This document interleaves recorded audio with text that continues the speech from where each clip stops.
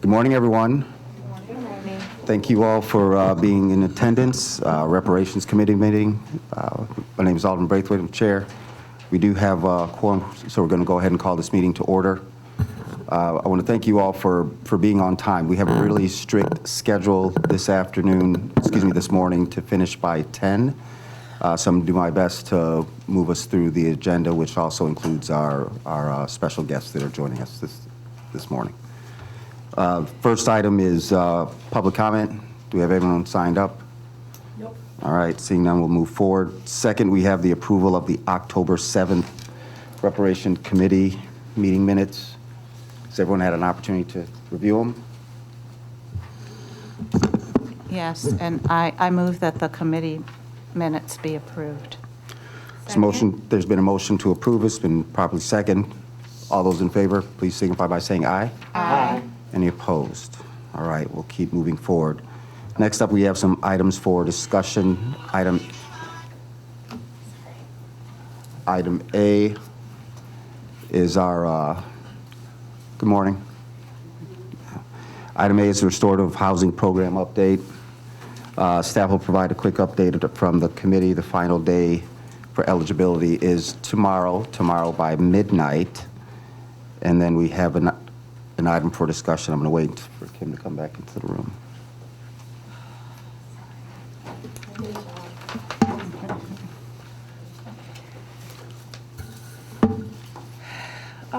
Okay, sorry. So, wanted to provide an update on where we're at with the application process. So as you know, Friday is our last day. We are seeing an increase in participation as we speak.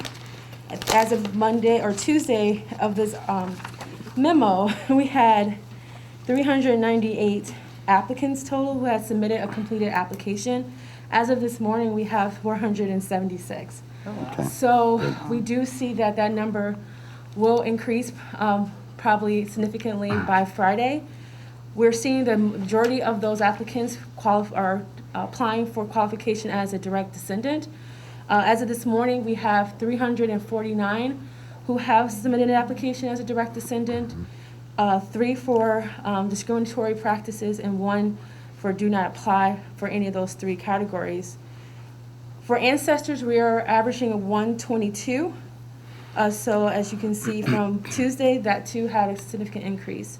So as of right now, what we are coming back to the committee to discuss is our review of the applications. What we are beginning to see and what we have seen over the course of the weeks that we've had the application open is that sometimes people may not completely understand documentation. And so we have reached out and as we catch them to inform the person to please resubmit with the corrected documentation. As people are rushing to get their applications in, we are seeing that more frequently now. And so we are trying to catch those early to get informed to those individuals. Once the application has closed, we are going to have to just work one-on-one with them and have them supply us with the corrected document. We are just, again, the enthusiasm is definitely coming in full strength at the last week. So we will probably see our numbers reach over 500 for sure by the time of closing. Thank you. Kimberly, to date, how many applications have you had an opportunity to review, right, and then put in the category that they have all the documentation necessary to move to the next level?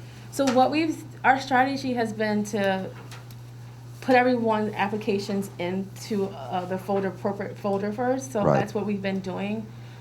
Because initially when we had trickle in, we were able to review, but then as we started getting slammed, we had to figure out a different process because that was not. So as of now, we've reviewed close to 75 to 100 applications. Okay. Those that we found deemed to be in need of some additional feedback has been a quarter of those. Okay. So we can just imagine as we get further into the review that number is going to increase. Okay. What we have done is we created folders so everything is in what needs to be, who has been deemed, documentation is correct, everything's moved forward. We put that in a separate folder, and those who we have questions about, we've separated those out. Perfect. So we will have a better number, hopefully by next week, of what's been vetted so far. So do you understand when they complete an application, they receive an email back saying that that's been completed?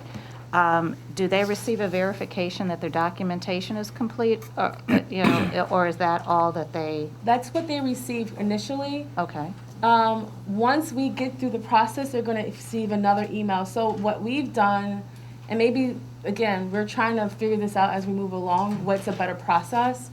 Initially, we were reaching out individually and saying, hey, your documentation is missing this, and that was fine. And now we're realizing, I don't know, we can do that at the same time. So what we may have to do is just go through everything at once, make sure everything is good. And if those who are fine, we'll move forward, and they will go through their initial process of getting a letter letting them know they were, their documentation was verified to be considered as part of the program. Those who have been set aside, we're going to have to reach out to them individually, either by phone or by email, because those individuals need to get some additional support. Because what we're finding is some people are not putting in documentation that's trying to connect them to the 1960, that time frame. They're putting in their current documentation, so where they currently live, and they're not providing details. So we do know for some community members, that has been very difficult for them to be able to identify or locate a document. So we are working with them one-on-one, and that's been very helpful, and I think that has kind of calmed some nerves down and anxiety when we've done that. So we think that's a better approach for those individuals. so if they get, as long as they get the application in on time, if there's something missing, that can be completed afterwards. So are you seeing with the volume that is coming in and the time that it takes to review them and so forth, that we're going to be able to hit our deadlines, or do we need to consider extending so that all the applications can be properly reviewed? We were That's just what- having that conversation Conversation. earlier, so I don't know, how would you like for us to discuss this? Just, do you want me to share what this stuff this morning, or would you? We're opening it up to the committee now. I think what makes sense is after tomorrow, we'll have the set number of applications. So everything that we talk about right now is going to be hypothetical based on that fact. So let's wait until you get that number, close it, and then we Then can we'll see what get we some need. feedback from staff, and we'll make the necessary adjustments. Does that make sense to everyone? Yes. It doesn't make sense, because if we're not gonna reconvene into our next meeting, we're gonna miss a committed deadline. And so are we going to set the right expectation to the community in terms of what is and is not gonna happen? Because we have been very much in touch with communication on when it closes, when we plan to have this transparent sort of selection, when the benefits will be acknowledged of award between December 1st and December 6th. So at what time would we revisit or communicate to the community that we're off schedule, if that's the case? So my recommendation to the committee would be, let's get through, I think I want to be committed to a clear process that people can follow versus a deadline and then have it be sloppy. So my commitment that I would ask the committee to indulge in is, let's get the number of applicants November 5th, and then based on staff resources, we can make the adjustments. We have a committee meeting on the 11th, is that correct? Yeah. Yes, I won't have to be That present, so I we just want to be clear, I can, won't be present. yeah, that you won't be present. And so during that time, our staff will have an opportunity just to anticipate when we can get back to a schedule. I always ask the, members of the public as we're going through this process that, we're the first. And so along the way, we have made many adjustments, and as we receive information, feedback from our community, we just have to be a little bit fluid. So I'm definitely committed to getting this done, but we want to make sure that we do it correctly. We want to make sure that we're taking into consideration all the factors that we learn every single day, right? Any other questions? Have we learned anything about how we might adjust capacity or serving the community since we're now aware that documentation is coming in insufficient and so on, and have we thought about those adjustments? We have internally. And I just want to be clear, people need time. Even when I've reached out to folks, they were like, well, do I have to get this in by the 5th? And I'm like, no, do not worry about having to get it in by the 5th. Just let me know what you're able to locate, and then we will figure out a time frame. I just want to be clear, it's not about capacity.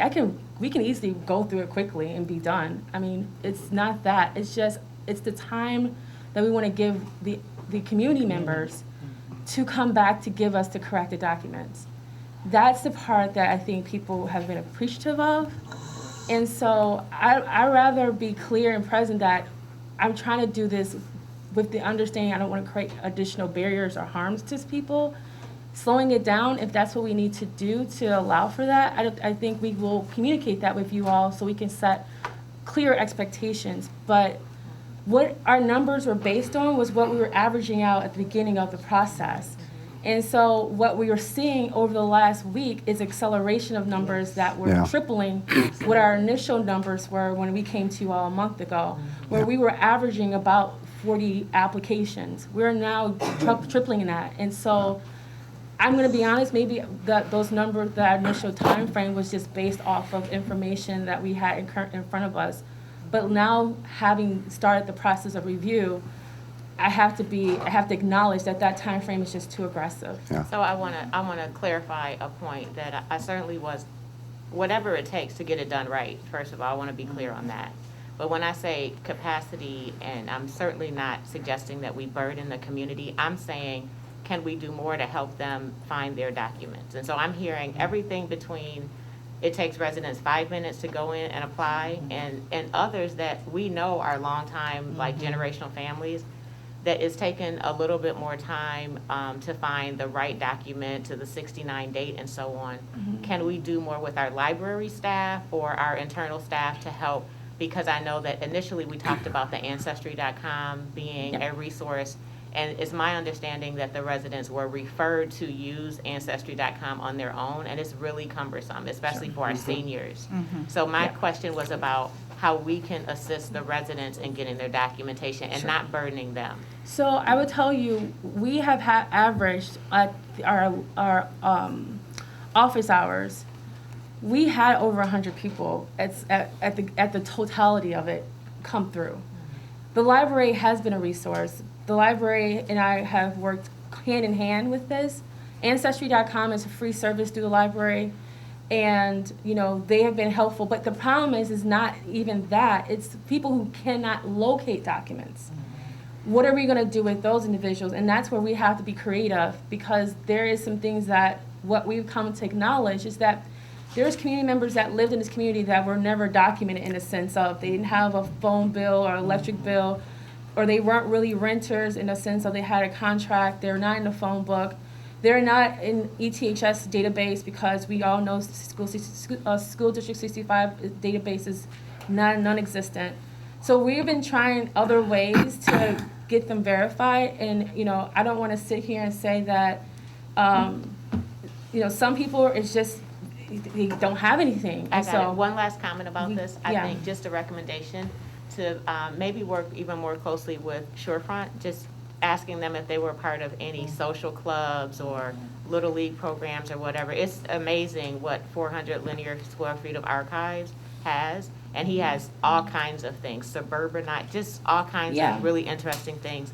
So if we could maybe have a conversation with Shorefront and Evanston History Center about how they could be more helpful, because they've been very enthusiastic about offering help. And I think we should take the help, because we don't have the capacity, and there are other partners that could be more helpful. So we've done all that, and people still can't find documentation. I mean, we can document emails going back and forth, but I hear you. We have a plan. I think I've addressed it with You just need the Chair time. Braithwaite. We just need the time. We've had that So that could be conversation. the last option that we have, is the last option. Finance, So, and I also see Mr. I Sutton. just want to, good morning, I'm sorry I was a little late, but good morning. I want to concur with the chairman that we can't look at the timeline that we've set in place before the process began to determine when we will select or have the persons notified.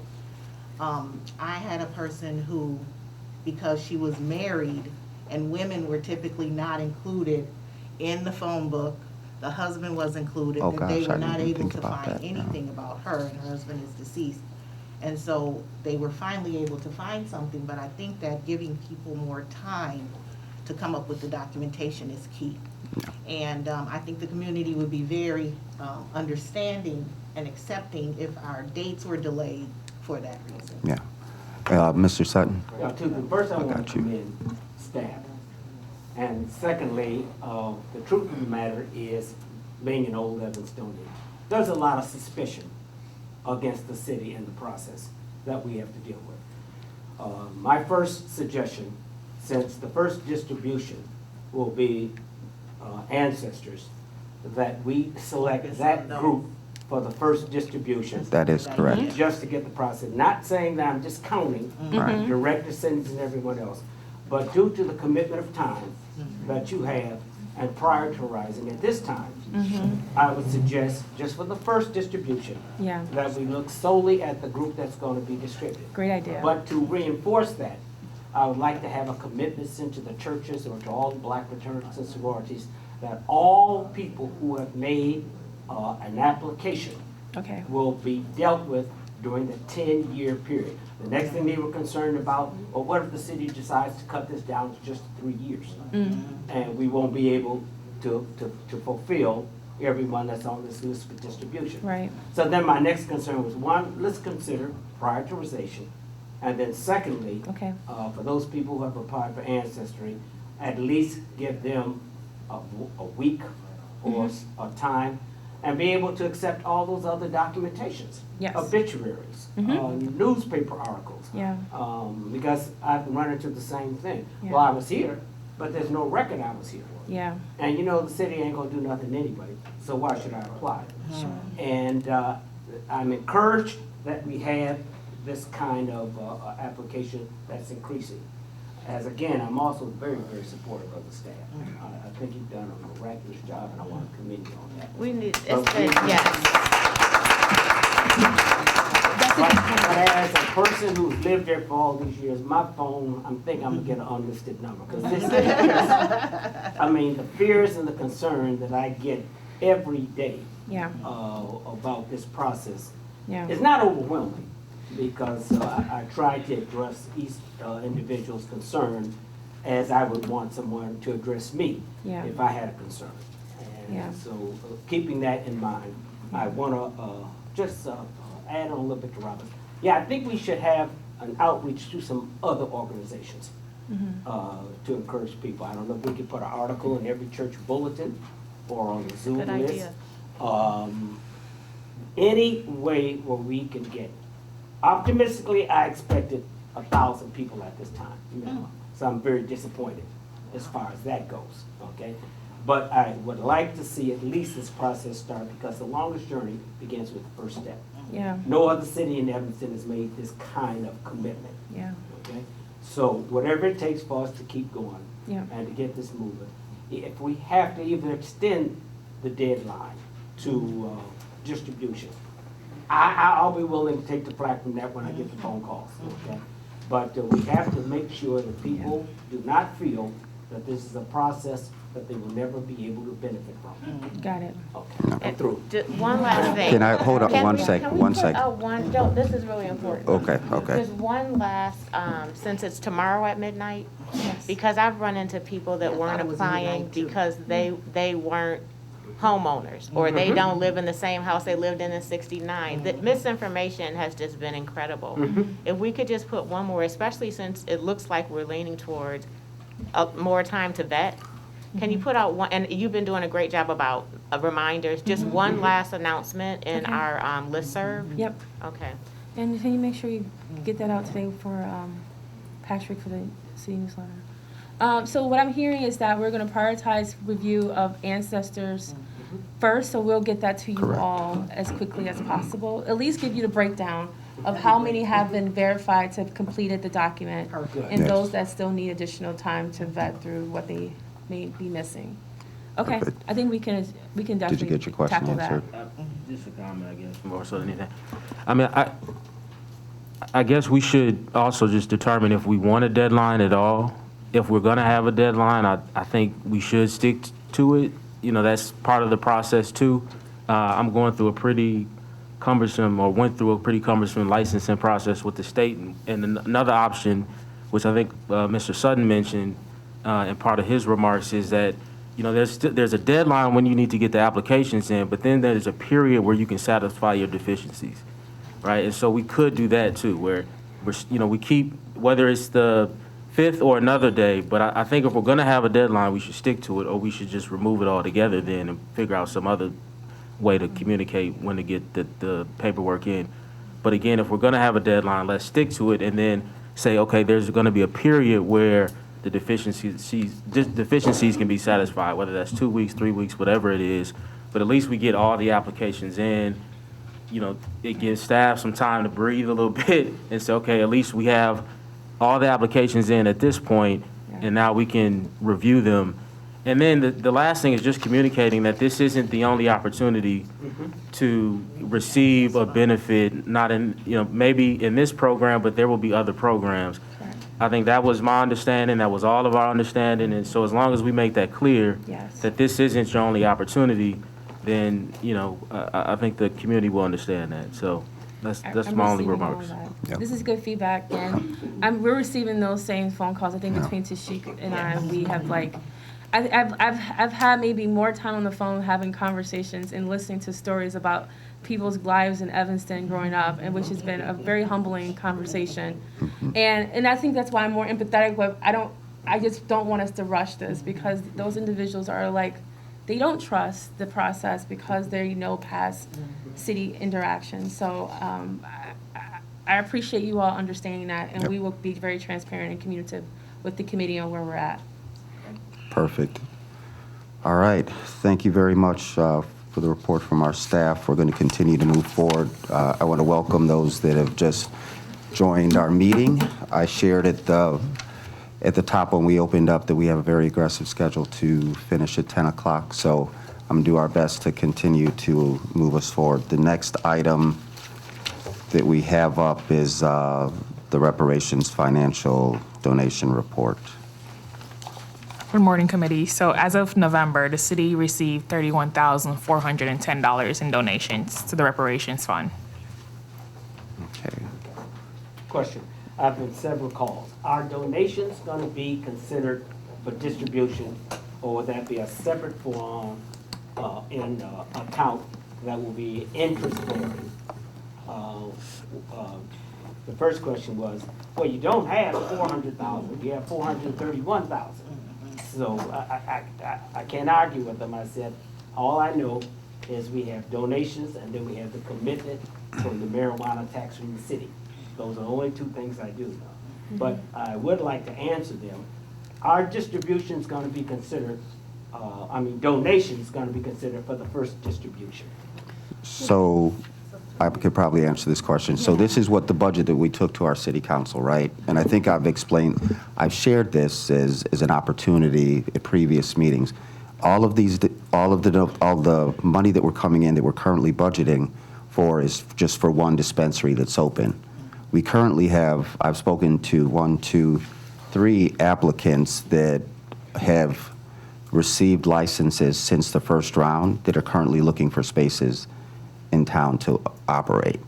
So if we forward think, we're going to have multiple streams of income coming in that will accelerate the money to get to that 10 million mark. We can't predict right now, no more than we can spend money that we don't have. So if I was to answer that question this way is, our priority with our staff is to get through this first step, and then we'll continue to budget based on what's coming in, and that will include the 31,000. Does that make sense, Mr. Sutton? Also, Council Chair, we also, the council, I don't think this previous council passed $400,000. For I think this first, right. That's another way to answer the question Yeah. too, is that I know we have approval for $400,000 in Right. the first round, yeah. It's a 400,000 is the budget, it's not the actuals. So the actuals is what's in the it's in the account. Right. The budget is what's programmed for so it could be commingled with those donations. Okay. It's just a matter of direction, because we also have to realize that as we're going towards the next phase of implementing a new program, there's a lot of call for the community around more engagement opportunities. Well, that has a cost to it. So do we use those donation funds to pay for those costs, Yeah. or do we use the other? So those are conversations you all have to discuss, but for Right. now, 400 is the budgeted amount. Gotcha. For this one opportunity. All right, are there any additional questions regarding the donations? I think the last time we spoke, there was a letter that was going to be sent, Yes. and Have we started sending the letter yet? Or- Yes, those letters have been sent to the individuals that donated online, and it was over 53 letters that were sent. okay, Thank you all for helping Tashik. Yeah. All right. All right, before we move on, are there any additional questions regarding the financial report for donations? Seeing none?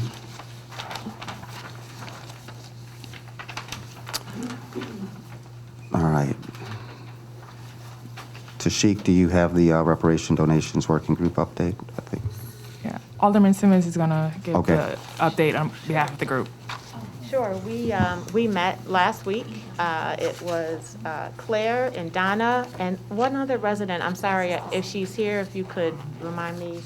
Claire, do you remember her name? I don't, because we just had her phone number, I think. Not Nadana. Yeah, Donna. Nadana is here. There was one other resident, and Tashik is supporting the group.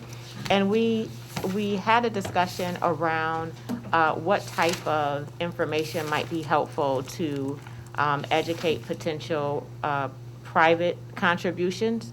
And we talked about preparing a study that shows a trajectory of how this reparations could help and impact families and bring repair. And we have been really just in strategy at this point, and we'll continue to meet and develop a thoughtful campaign around requesting participation from private individuals and other institutions and businesses and organizations here in town. Claire, can you add anything to that? I just want to add thanks to you for being on that committee. I think you were drafted and not volunteered. But your input is really important for, because you have that, that historic, you've been at the beginning. So I think it's helpful to know who's been approached and their responses and what has been successful and what hasn't. But I also am super sympathetic to the fact that with your time and so forth, you get stretched. So I just wanted to, from this committee and the subcommittee, to thank you for your participation and input on that meeting. No problem. Thank you. Happy to participate. Again, I did not volunteer for this committee. Just want to be on. But I'm really happy to participate. Thank you. And we have, did we set a meeting cadence? I don't remember, or did we? I think we did. Yeah. So we will be meeting regularly, and we'll make sure that one of the members of the subcommittee, probably our community members at large, probably in Donna, if she's in the country for our next meeting, can help us with giving updates on that committee. Okay. Seeing no other hands are for comments, we will move on to our next agenda item, which is Evanston Community Day Black Wealth through Homeownership Workshops. Do we have We do. a presenter? So just for members of the community, thank you. Good morning. So before you get started, so the importance of this throughout the community workshops, there are a lot of questions from homeowners just regarding things that had absolutely nothing to do with the program. It's just, how do you qualify for a mortgage? Residents that wanted to wait for the award before they start the process. And this is something that Alderman Simmons worked on Right before 2019. 2019 when we first started the process, and it made sense to bring it back. And so we're really glad to have you here if you want to share your comments. And I think you also have another representative from the Black Realty Group here as well. Is she part of the presentation? Good morning, everyone. Yes, I have actually a few of our board members. Great. I am Gwendolyn Newton. I am the president for the Dearborn Realtors Board. We have in the audience our first vice president, Madam Sanina Ellison-Jones. Welcome. Let's pop up. And then we also have our chair for our Community Day this year, Madam Diane Simmons. Welcome. And then I'm not sure if our co-chair is here also, Madam Viana Little. Okay, so just to give you a little bit of background, and again, good morning, everybody, and I'm so happy to see all of your faces. But to give you a little bit of background about the Dearborn Realtors Board, if you are not familiar, we were created and chartered back in 1941 out of the need for the African American Black real estate professionals to have a home to go to, because at that time we were not allowed, not welcome to become realtors, which is kind of a term that everyone used when they want to refer to a licensed real estate broker. I am a real estate broker. Madam Sanina is also, and also Madam Diane. Diane is one of our, I consider, legacy historians, because she's been in the organization for how many years? Many years. Many. But we were founded on the mission of democracy and housing. And as advocates in the Black communities, it is about education and empowerment to build Black wealth in the communities, as well as leaving a legacy for the families. We have, with the past president, Courtney Jones, and Madam First Vice President Jones, they had a relationship with Alderman Simmons, and through conversations, we had a community day, first part of 2020, our first ever, and we had a successful event that the community day basically encompasses where we partner with, the HUD counselors, lender partners, so if it's Fifth Third or Freddie Mac or Chase, and we bring together to put together, we bring everybody together under one roof to provide workshops that educate our communities about the home buyer education process. So we will walk through what it looks like from the beginning of a search until you actually hold the keys. We bring in HUD counselors where they can actually do on-site approvals, pre-approvals, meaning that you can get qualified to do a loan. We also have counseling services where we won't go through a HUD, the actual process in terms of the people that have credit challenges, but they do have one-on-one appointments after that community day to walk through, because you may not be ready today, but you may be ready in 3 months. With the combination of bringing Black families in, there's always a challenge. Oh, I can't go because I need a babysitter. So we have a kids zone where we do face painting, balloons, and games and things like that.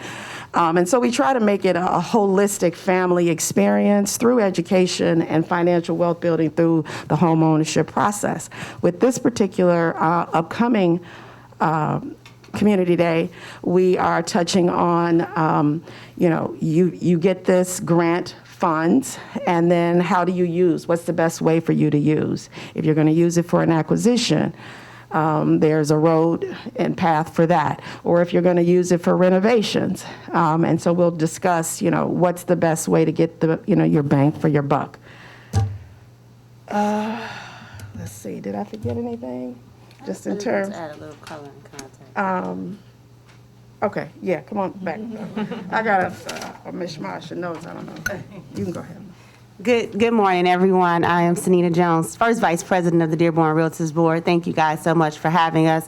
And we'll be brief because I know you guys got to wrap up on time. I just wanted to add some additional context in terms of how the Community Day came about, and just to connect all of the dots. We are a part of a national organization, which is the National Association of Real Estate Brokers. There are approximately 95 chapters across the country. And so we are representing the state of Illinois. And how this came about, our first Community Day, we had 1,100 participants. So it's a hugely successful event, and it's across the country. There's a model that we have, and so the model that we present to you all and that we had in 2020 is one that we intend to replicate. And so to piggyback off what Madam President said, there'll be workshops, kid zones, there's food, there's music. So it's designed to engage the community. It's designed to bring them out, educate the community on all things homeownership. So that's acquisition, whether that's repairing their home. And we know everyone is at a different life cycle in ownership, right? And so some people are still leasing. And so at whatever stage they're in the process, we're able to assist with that. The majority of our board are real estate practitioners. So whether that be a real estate broker or an attorney, an appraiser, a lender, at some point, at some stage in the process, we have a professional that can assist with that. And so it's an all-encompassing process from the time that we start at 8:30 to 2 o'clock, and there's all types of workshops talking about all types of things. Ultimately, the objective is wealth building, right? Teaching people how to own real estate and how to build wealth through real estate. So I just wanted to add that additional component. Thank you. Yeah. Yes. I just want to ask, I don't know if my mic is on. The button, make sure it's green light. Okay. Is it possible for someone to come for part of the day? Because I just heard you say it kind of goes from 8:30 to 2, but is it possible for someone to come just for a short part of the day and still participate in almost everything? Yes, and so in the format of how we laid it out last year, you had a breakout session from, let's just say, from 10 to 12, and then you had a second session from 12 to 2. And so you may have the same session in session 1 versus session 2. So there may, everybody's not going to be able to participate in everything, and then everything may not apply to that person. So, and then, the conversation doesn't stop at that community day. There will be resources there. There are real estate brokers, as Madam First VP mentioned. We'll have attorneys, title, real estate brokers available for questions, going up to the event and then afterwards. Thank you. Carlos and then Claire. Okay. Just a really quick question. Will the sessions be recorded and available online? So we have not confirmed one if we're going to do that yet. The last sessions, we had someone there filming, but they weren't anything that we would display and available. So it's not confirmed on whether or not. We haven't decided. Thank you. Yeah, two things. First, I want to commend you ladies for a wonderful job, and thank you for taking the name Dearborn. My parents were married on 43rd on Dearborn, January 1st, 1941. Okay. 1941, right. So 80 years, come on. But I still see the railroad track that we went under to go to the church where they were married.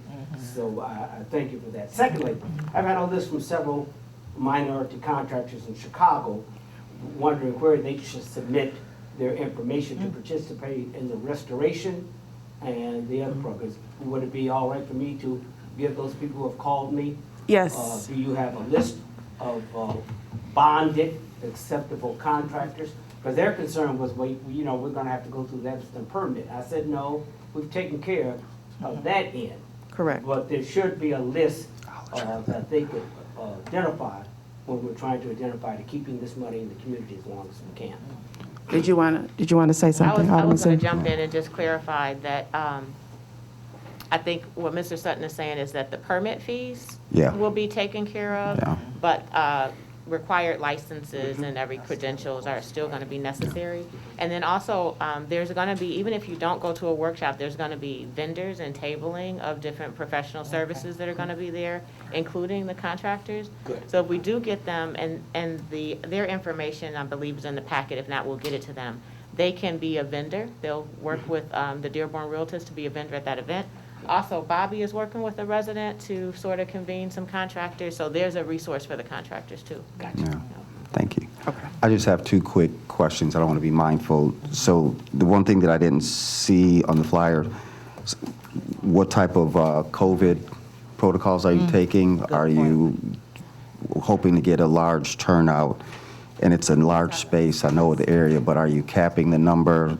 Are you So that would be the question first, because of COVID protocols. So one of the primary protocols is social distancing, which in terms of spacing people out. We have not confirmed anything with Alderman Simmons. We are working and collaborating with her, but we have done temperature checks. If there are, yeah. Oh, yeah, most definitely. Madam Diane said face masks are required, covering your nose and mouth. We'll have hand sanitizing stations available for people, throughout. And, yeah. Just something to think about. We'll take direction from Director Opal. We'll reach out to him and find out whatever we should consider. Yeah. It's also in a large space. It wasn't mentioned that it's at Faith Temple Church. It's right here on the, So it's there, it has a very large open space, so spacing will be available. And then, whatever updated CDC guidelines, we Sure. always fall within the, whatever those parameters are. and then the other question that I have is, and you don't have to get too much in the weeds, is so one of the things that we're being mindful of on the front end is prioritizing our seniors. You always give the wonderful quote that I don't know the what you're seniors, talking remember the number of fraud cases, it's always a higher Oh, percentage with seniors. Yeah, that's So- right. We, So, seniors, yeah, there's quite, we need to be mindful of financial exploitation and trying to raise awareness about that, potentially helping community to identify and protect against. so my follow-up question to that is, are you making sure that the people that are coming into the organization have been properly vetted so that from the point of contact and once you get down the path with whatever services that we're mindful, particularly when serving our seniors, that you're monitoring that to whatever degree possible? Correct. So our partners have been vetted. These are partnerships that we have been dealing with, over the course of the last 4 to 5 years. They are FDIC regulated, they are state regulated, as well as ourselves. And so even when we bring, like, say, for instance, a HUD counselor in, there's certain guidelines that they have to be in a separate place. It's not an open space where there's a door and there's privacy. And as far as discretion, and then even taking into context, documentation, there's a confidentiality and there's a fiduciary responsibility that we all walk with. Thank you. And operate in. Thank you. Most definitely. Are there any additional questions from the committee? I just would like to know how we're getting the word out. Yeah, that's So good. we typically, we created the flyer, which will be in color, and we send that out via our network, but we would love, is there a way that we can distribute it through your networks as well? We're just waiting for that final document, so as soon as you are able to produce that, we will definitely begin distributing it. Okay, we can get that to you today. And Perfect. would So all of it's- our applicants get that, or is it possible to make sure that they all get it? Yeah. we can Great. sign up. Right. So the follow-up, So- go So ahead. there is, in addition to, we're out on social media, and we do also market to our spheres of influence and our partners. So we have a variety of partners that, we work with on the non-for-profit side versus Yeah. profit side. In addition, there is a link that is attached to the updated flyer that people will be able to go on and find out more information, and they'll be able to sign up. There is an email address. I'm not quite sure if that, our email is actually on there, if there's any sort of questions, comments, or, concerns. And then we can address, individuals as required. I just want to bring up, The particular flyer that there's an updated version of. yeah. Okay. Yeah. Email is great and, the links are great, but a lot of people do not always use that. And I'm just wondering if, and especially in my community, I live in the 5th Ward, if we could just maybe do some actual handouts. I'd be willing to walk my neighborhood. And so I'm sure others would be willing to walk their neighborhood. So we can distribute this personally to persons. Right, and then there'll also be on-site registration, so we'll have a registration table where people come in and check in, and, because we realize that everybody is not IT friendly. Yes.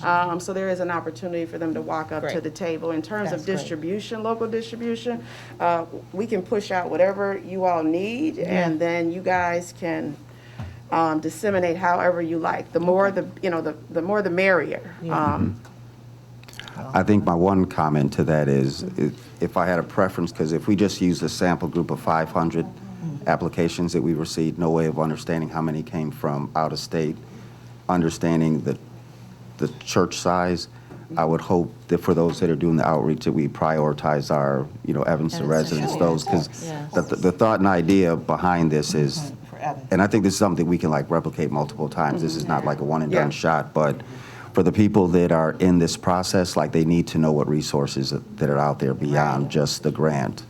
And I know that you'll be there to help to answer any questions, what we've found, and then I want to be mindful. Mr. Daniels, and I want to make sure that you're ready to go. And also, Mr. Howard, that you all are ready to come up next. To your point, Chair, I think that's a really good point. And so one of the reasons why we wanted to wait until we met with you all to start marketing the event is because it does fill up fast. As I mentioned, the first one was 1,100. Obviously, we don't have, due to COVID, the capacity to have 1,100. We want to make sure that the predominant people in the room are Evanstonians. Yeah. Right. So we definitely want to utilize your market and your marketing tools optimally before we really businesses. kind of push it out to our sphere, so that Sure. way we can fill the room with your people. Yeah. Thank you. Can we do a direct outreach to our applicants? I mean, we've got That's their what- email yeah. addresses. Yeah. Okay, great. So just for Some some, question, will Yeah. someone be able to communicate with staff when you hit capacity, because we wouldn't know what your numbers are? Because if we're keep pushing it out and then you're not that's what I was accepting trying to anyone, we wanna clarify. make sure people are not. Yeah, we'll redo the marketing and let you know it's sold out. so if we just to summarize, we want to make sure that whatever that sign up looked like, whether it's a Google Doc, that we're paying attention to those numbers. It's an Eventbrite link on the side. It's an Eventbrite, perfect. Yeah, And you all then got the old I also understand there's an updated flyer. I think just setting that expectation around COVID protocols, whether it must be vaccinated. I mean, we've seen it must wear masks, just to make sure something is going out regarding that. And then Gotcha. finally, I think you hit the thing just to make sure that everybody's being safe, so you don't have a bunch of people coming from outside the community that you have to turn away. Thank you all so much for Thank you pulling so this together. much. Thank you very much, Alderman Simmons, for pulling this together.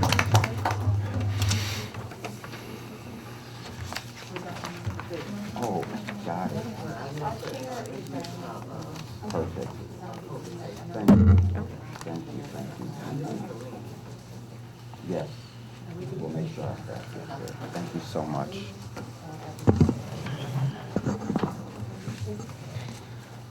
Dr. Daniels and Mr. Howard. Good morning. Good morning. My name is Dr. Ron Daniels. I'm president of the Institute of the Black World 21st Century and convener of the National African American Reparations Commission, and I am glad to be back in Evanston. Welcome.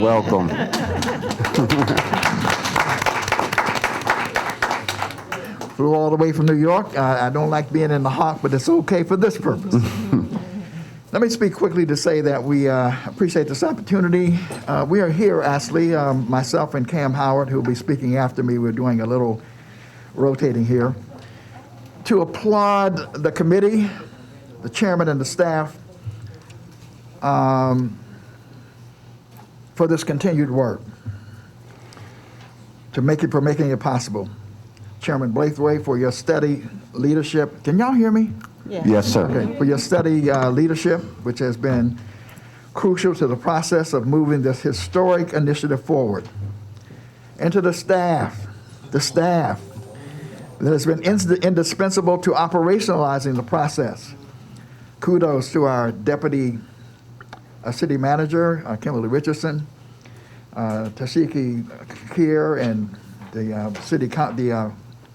Nick Cummings, the council attorney, because you've taken ownership It's one thing for an idea to be out there, it's another thing to actually operationalize it. So it's really the staff that gets in there and does, and I've been here listening attentively to the work that you do to really make it happen. That takes dedication, and we certainly are here to applaud that.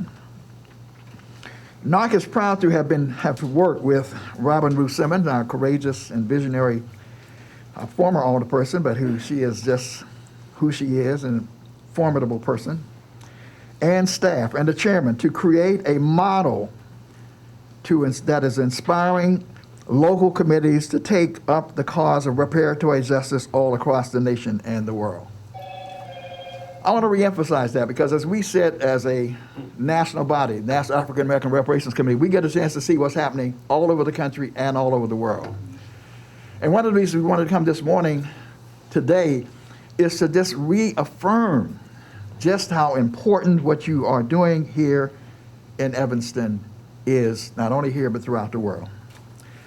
None of this, however, and so you're taking ownership. None of this, however, would have been possible without the community, the engagement of the community. It's just wonderful to see so many people turning out. You go to some cities and there's nobody shows up for the meeting. People are showing up here in Evanston to take a look at what is going on and in being engaged. So community stakeholders, our involvement, the work with community stakeholders has been crucial to moving this process forward. We also want to applaud all the eligible residents who are lining up. I guess 1,000 would be good, but I'm impressed that there's so many who have already lined up. That means the word is getting out, people are lining up. And it's important because these are the first recipients of reparatory justice awards for injuries that have been suffered over decades here in Evanston. Just listening to the Realtors talking about that era in which you couldn't even be called a Realtor, right here up south, not down south, up south. It's certain that's important. And so, again, Evanston, you need to know the world is watching. Reparations is real in Evanston. I know some people say it's small, it's not. It's real. It may be small, but it's real. And it's real. So NARC is proud to stand with you in this milestone and evolving achievement. So now I'm going to turn it over to Cam Howard. He has some additional remarks, and then I have an important announcement when he finishes. Cam Howard, who is the National Co-Chairperson of the National Coalition for Reparations in America, our legacy organization, and a proud commissioner of NARC. So greetings to all these familiar faces. So Dr. Daniels really laid out how really appreciative we are, the National African American Reparations Commission and in COBRA, on this seminal work that you've done. What you are doing here in Evanston had never been done before. So you are originators. And everyone's watching, and there will be mistakes made, there will be delays, those type of things will happen because this is the first. This is an original work. But it is your task to deliver repair to the people of Evanston, the Black people of Evanston, and you're doing that. Dr. Daniels talked about the staff. You wouldn't be here today if it wasn't for the staff. There was early pushback, specifically legal pushback. And Nick Cummins, he could have, went along with, these voices that's saying, no, you can't do this, and we wouldn't be here. Certainly what Kimberly and Tashik has done is the reason we're here and we're about to deliver repair to the people and the leadership. Reparations, we've been fighting for reparations in this country since the day we've been here. When we got off the boat in 1619, there was a struggle to repair ourselves, our humanity, our freedom. In COBRA, we've been working for 34 years, NARC, 7 years, Evanston, 2 years to deliver repair. What is key to all of our efforts is it takes bold and courageous leadership, people, the community, in order to get here. Going forward, I'm admonishing you to not be conservative. Continue your bold moves. Continue your courageous stand because there's going to be more pushback.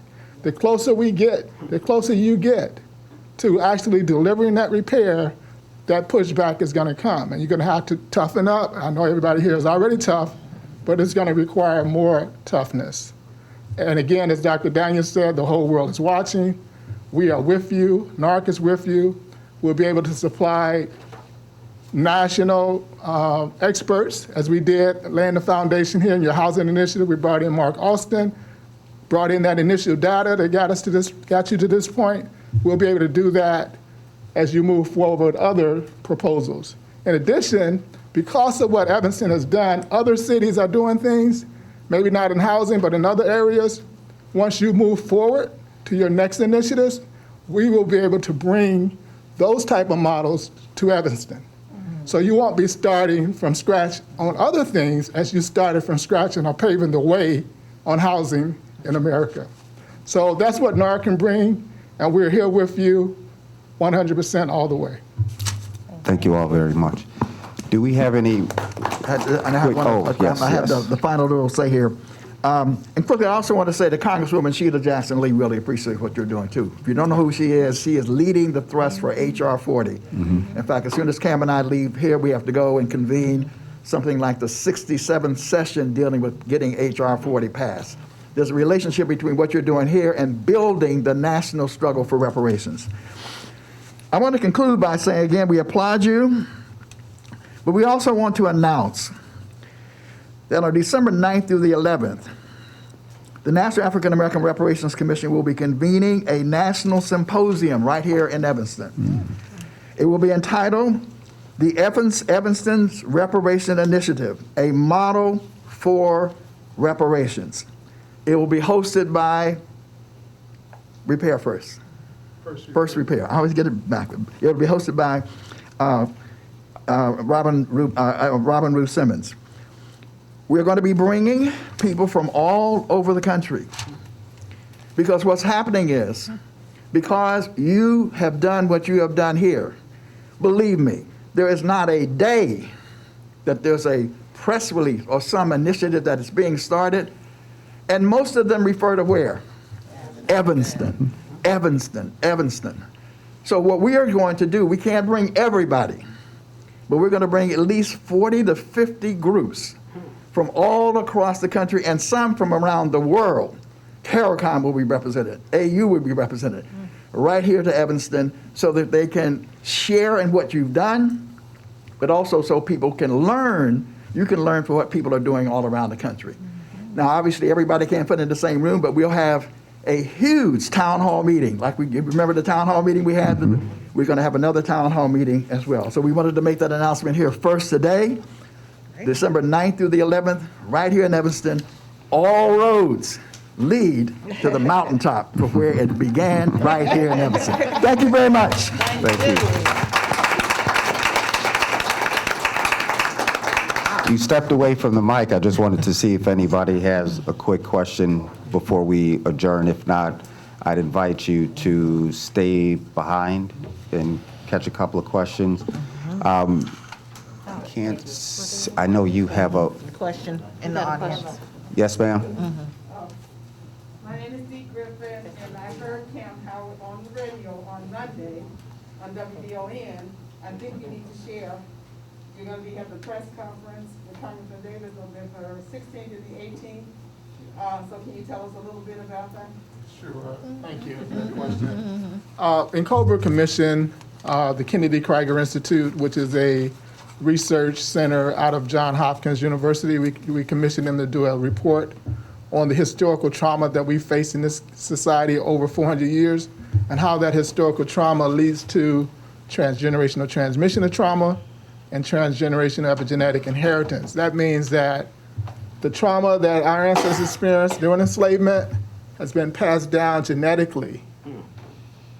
That causes us to age earlier, causes our immune systems to not act as well as others. When you look across the country and you see the life expectancy difference between blacks and whites, part of that is due to the historical trauma that we experienced. So when they say that slavery was so far in the past, it doesn't affect us, it affects us on a genetic level. It has affected us, and it's going to continue to affect us unless we actually look at those things that can help mitigate that from being passed down generationally, continually be passed down. So we're having a press conference to release that report in D.C. on the 16th. Congressman Davis, Congressman Sheila Jackson Lee, will be there. Some professors from Howard University, the author of the report, Dr. Joan Kaufman, will be there. And then 2 days later, on the 18th, we're going to have the same press conference release here in Chicago at City Hall at 11 a.m. The author will be there, State Senator Matty Hunter, State Representative LaShawn Ford.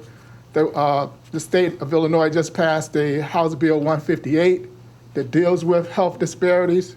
And so we'll be able to have that report as a foundation to what is going forward in the state. So it's a very important piece of research that's being delivered to our community that we can use going forward. Thank you. When was the press conference for Chicago? November 18th, Thursday. Thursday, November 18th. I'm sorry, thank you. At 11 a.m. Okay, thank you. Tashik and Kim, one of the things that, and also Michelle, I know that you have to go. I'm going to ask is, and you helped to revamp our website, is there a way to add an additional tab or space for other events that are tied into what we're doing here? So Dr.